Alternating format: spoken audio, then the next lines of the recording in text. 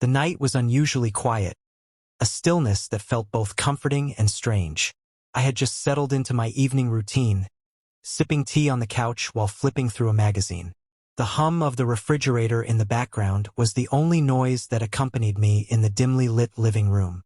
The glow of a single table lamp cast a warm, intimate light over the space, and for once, I felt at peace. Alone but not lonely, or so I thought. The sound of the doorbell shattered the stillness, jolting me out of my momentary reverie. My heart skipped a beat. I wasn't expecting anyone. For a brief second, I debated whether to even answer it. Reluctantly, I set my tea aside and made my way to the door, curiosity outweighing hesitation. Standing there was someone I hadn't seen in quite some time, my friend's brother. His name escaped my lips before I could think. Evan? His name felt strange in my mouth, almost unfamiliar.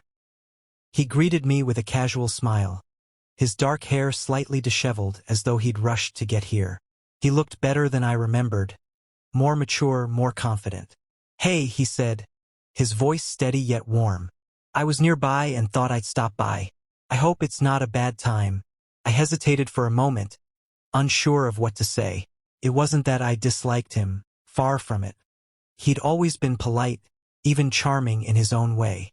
But there was something about him tonight, an energy, a presence, that threw me off balance. "No, it's fine. Come in," I finally said, stepping aside to let him in. As he entered, I caught a faint scent of his cologne, something earthy and understated.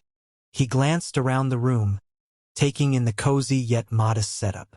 "Nice place," he said, his tone genuine. "Thanks," I replied, closing the door behind him. "What brings you here?" He shrugged, a nonchalant gesture that didn't quite match the intensity in his eyes. "I was just in the area and figured I'd drop by. I hope I'm not intruding." "No, not at all," I assured him, though I wasn't entirely sure I believed it myself. I motioned for him to sit, and he chose the armchair across from where I had been sitting. His presence seemed to fill the room, making it feel smaller, more intimate. We exchanged polite conversation at first, how life was treating him, updates on his sister, the usual pleasantries. But there was an undercurrent to it all, a tension that neither of us acknowledged outright. At one point, he leaned forward slightly, resting his elbows on his knees. "You seem different," he said, his gaze piercing. "Different how?" I asked, taken aback. "I don't know," he replied, a hint of a smile tugging at the corner of his mouth.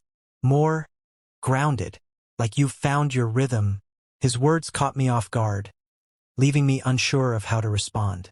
I brushed it off with a laugh, but inside, I felt a flicker of something I couldn't quite name. As the evening wore on, the conversation began to shift. There was a subtle change in his tone, in the way he looked at me. It wasn't overt, but it was there. A quiet intensity, a question lingering unspoken between us. He complimented me on small things, the way I had arranged the room, the choice of music playing softly in the background. They were innocent enough, yet each one felt loaded, as though carrying a deeper meaning. And then there was the way he looked at me, his eyes lingering a fraction too long, his gaze dipping briefly to my lips before meeting my eyes again. It was subtle, almost imperceptible, but it was enough to make my pulse quicken. I tried to dismiss it as harmless, a figment of my imagination. But the truth was, his presence was unsettling in a way that felt both thrilling and dangerous. Something unspoken hung in the air between us, and I wasn't sure whether I wanted to confront it or let it pass. When he finally glanced at the clock and mentioned it was getting late, I felt a strange mix of relief and disappointment. As he stood to leave, I walked him to the door, my mind racing with thoughts I didn't want to acknowledge. "Thanks for letting me stop by," he said, his voice soft but steady. "Of course," I replied, my voice betraying none of the turmoil inside me. He hesitated for a moment, his hand on the doorknob. "Take care of yourself," he said, his eyes meeting mine one last time before he stepped out into the night. As I closed the door behind him, I leaned against it for a moment, my heart still racing. Something had shifted tonight, and I couldn't quite place what it was. All I knew was that his visit had stirred something within me, something I wasn't ready to face just yet. After he left, I thought that was the end of it. But the next evening, my phone buzzed unexpectedly. A text from him, short and unassuming. "Thanks for last night. It was nice catching up." I stared at the screen for a moment longer than I should have, unsure whether to respond. Eventually, I typed back something polite, neutral, and vague. But that message was the beginning. Over the next few days, we exchanged texts, each one slightly longer than the last. The conversations, while innocent on the surface, carried an undertone I couldn't ignore. It was subtle, like the feeling of standing too close to the edge of something you weren't sure you wanted to fall into. When he suggested meeting for coffee, I hesitated. There was no reason to say no, and yet, every fiber of my being told me it was a bad idea. Still, I agreed. The cafe was quiet when I arrived, tucked away on a side street where the world seemed to move just a little slower. He was already there, waiting for me at a corner table with 2 steaming mugs in front of him. "You're early," I said, trying to sound casual as I sat down. "I didn't want to keep you waiting," he replied with a smile, sliding one of the mugs toward me. It was the little things like that, his attention to detail, the way he made you feel like you were the only person in the room, that made it hard to stay guarded around him. The conversation began innocently enough, just like our texts. He asked about my work, my hobbies, my plans for the holidays. But soon, it shifted again, just like it had that night at my place. "You ever feel like you're stuck?" he asked suddenly, his tone quieter, more reflective. I blinked, caught off guard by the shift. "Stuck how?" "Like you're living a life that's not really yours. Like you're going through the motions, doing everything you're supposed to do, but none of it feels real." His words hit a little too close to home, and for a moment, I didn't know how to respond. When I finally spoke, my voice was softer, almost a whisper. "Yeah, I know that feeling." He leaned forward slightly, his elbows resting on the table as he studied me. "I thought so. You've got this look in your eyes, like you're carrying more than you let on." There it was again, that ability to see through me, to reach into the parts of myself I tried to keep hidden. It was both unsettling and comforting, and I hated how much I craved it. I tried to laugh it off, brushing his comment aside with a joke, but he didn't let it go. Instead, he pressed on, asking questions that peeled back layers I wasn't sure I was ready to expose. "You don't have to pretend with me, you know," he said at one point, his voice low and steady. "Pretend what?" I asked, though I already knew the answer. "That you're okay, that you've got it all figured out." Something in his words broke through the wall I'd been holding up. Before I knew it, I was telling him things I hadn't shared with anyone. Not my friends, not my family, not even myself. I talked about the loneliness, the dissatisfaction, the feeling of being trapped in a life I didn't remember choosing. He listened, really listened, without interrupting or offering empty platitudes. When I finished, there was a moment of silence between us, heavy and loaded. Then he reached across the table, his hand brushing mine. "You deserve more than this," he said softly, his fingers lingering just long enough to make my heart skip a beat. I pulled my hand back, not because I wanted to, but because I felt like I had to. The space between us felt electric, charged with something unspoken, but undeniable. I told myself it was just a moment, just a fleeting lapse in judgment, but the truth was, I hadn't felt this alive in years. As we parted ways outside the cafe, he hesitated again, just like he had at my door. "You know where to find me," he said, his voice quiet but firm. I nodded, not trusting myself to speak. As I watched him walk away, a part of me wanted to call him back, but I didn't. Instead, I stood there, feeling a storm of emotions I wasn't ready to name. It wasn't long before he stopped by again, unannounced just like the first time. This time, there was no pretense of casualness, no polite small talk to ease into the moment. His knock on the door felt different, more deliberate, more purposeful. When I opened it, he stood there with that same confident air, but his eyes carried something deeper, something that made my pulse quicken. "I needed to see you," he said simply, as if those words explained everything. I should have asked why. I should have told him it wasn't a good idea. But instead, I stepped aside, letting him in without a word. The air between us felt heavier this time, charged with an energy that neither of us seemed willing to acknowledge. He didn't sit down right away, and neither did I. Instead, we stood there in the small space of my living room, the silence stretching between us. He finally broke it, his voice softer than usual. "I can't stop thinking about you." The words hit me like a jolt, and I froze, unsure of how to respond. My mind raced with all the reasons this was wrong, all the consequences that could come from letting this go any further. But my heart betrayed me, pounding in my chest as if it already knew what I wanted but couldn't admit. "I don't know what you're talking about," I said, my voice shaky and unconvincing. "Yes, you do," he replied, stepping closer. "You feel it too, don't you?" I couldn't look at him, couldn't meet the intensity of his gaze, but he didn't let me avoid him for long. His hand found mine, his fingers brushing against my palm in a way that sent shivers up my spine. "You don't have to say anything," he murmured. "Just don't push me away." Before I could stop myself, I looked up at him, and that was all it took.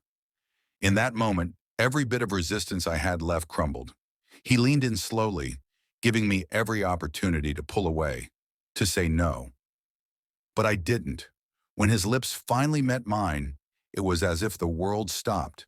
The kiss was tentative at first, testing the waters, but it didn't take long for it to deepen. His hands moved to my face, cradling it gently, and I found myself leaning into him, surrendering to the moment. Every nerve in my body seemed to come alive, the sensation overwhelming but intoxicating. The rational part of me screamed that this was a mistake, that I would regret it the moment it was over. But right then, none of that mattered. All I could think about was him, the warmth of his touch, the taste of his kiss, the way he made me feel seen in a way I hadn't in years. As the kiss grew more intense, we stumbled backward toward the couch, neither of us willing to break the connection. His hands moved to my waist, pulling me closer, and I felt a thrill of exhilaration and fear all at once. This was crossing a line I couldn't uncross, and yet I didn't want to stop. The world outside seemed to fade away, leaving only the two of us in this stolen moment. I knew it couldn't last. That reality would come crashing back soon enough. But for now, I let myself get lost in him, in the way he made me feel alive and wanted. When we finally pulled away, both of us breathing heavily, the weight of what had just happened began to sink in.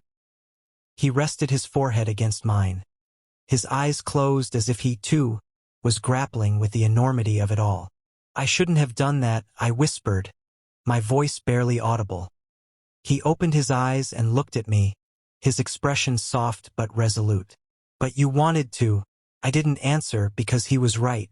No matter how much I tried to deny it, I had wanted this, wanted him. And now that it had happened, I wasn't sure how to go back to the way things were. We sat there in silence for a moment longer, the air between us thick with unspoken words. Finally, he pulled away, his hand lingering on mine for just a second before he stood up. "I should go," he said, his voice heavy with regret. I nodded, unable to look at him as he made his way to the door. When it closed behind him, the silence that followed was deafening. I sat there for what felt like hours, replaying everything in my mind. The guilt was immediate, sharp, and suffocating. But beneath it all, there was something else. A spark of something I hadn't felt in a long time, and that scared me more than anything else. The morning after was a blur of conflicting emotions. I woke up feeling the weight of everything that had happened the night before pressing down on me. My mind raced with 1,000 questions, each one louder than the last. How did it get this far? What would happen if anyone found out? What did this mean for him, for me, for everything? I tried to go about my day as if nothing had changed, but the truth was impossible to ignore. Every time I closed my eyes, I could see him, his face, his touch, the way he'd looked at me like I was the only thing that mattered in the world. It was intoxicating and terrifying all at once. By midday, I couldn't take it anymore. I picked up my phone, my fingers hovering over his number. What could I possibly say? There was no way to undo what had been done, no way to go back to the way things were. I typed and deleted 6 messages before finally setting the phone down in frustration. He beat me to it, A single message appeared on my screen. "We need to talk." My heart sank as I read those words, knowing that no good could come from this conversation, but also knowing it was inevitable. We met later that evening at a small park, away from prying eyes. He was already there when I arrived, leaning against a tree with his hands shoved deep into his pockets. The sight of him sent a jolt through me, a mix of longing and dread. "I'm sorry," were the first words out of my mouth, but he shook his head before I could say anything more. "Don't," he said softly. "Don't apologize." His tone was calm, but there was a heaviness to it, a weight that matched the one I'd been carrying all day. I waited for him to say more, but he stayed silent, his eyes fixed on the ground. Finally, he spoke, his voice barely above a whisper. "I didn't mean for this to happen. I didn't plan any of it. But I can't pretend it didn't mean something to me." His words hit me like a wave, overwhelming and impossible to process. "It can't happen again," I said, my voice trembling. "We both know that." "I know," he replied, looking up at me with an intensity that made it hard to breathe. "But that doesn't mean I can just forget about it." "About you." I felt a lump rise in my throat, and I struggled to hold back tears. "This is going to ruin everything. My friendship with your sister, your family, is not just about us." "I know," he said again, his voice filled with regret. "But what if it's worth it? What if—" "Don't," I interrupted, shaking my head. "Don't say things like that. It'll just make this harder." He took a step closer, and for a moment, I thought he might reach for me. But he stopped himself, his hands clenching into fists at his sides. "I don't regret it," he said quietly. "I can't. Even if it was wrong, it felt real." His words broke something inside me, and I turned away, unable to face him. "We have to let it go," I said, more to myself than to him. "We don't have a choice." He didn't argue, didn't try to convince me otherwise. Instead, he nodded, his jaw tight as if he were holding back his own emotions. "If that's what you want," he said finally, his voice hollow. I didn't answer, couldn't. Instead, I walked away, my legs feeling like lead with every step I took. I could feel his eyes on me, but I didn't look back. I couldn't afford to. When I got home, I collapsed onto the couch, the weight of everything finally catching up to me. I wanted to believe that this was the end, that I could move on and pretend it never happened. But deep down, I knew it wasn't that simple. Some things leave marks that can't be erased, no matter how much you want them to. And as much as I hated to admit it, a part of me wasn't sure I wanted this one to fade.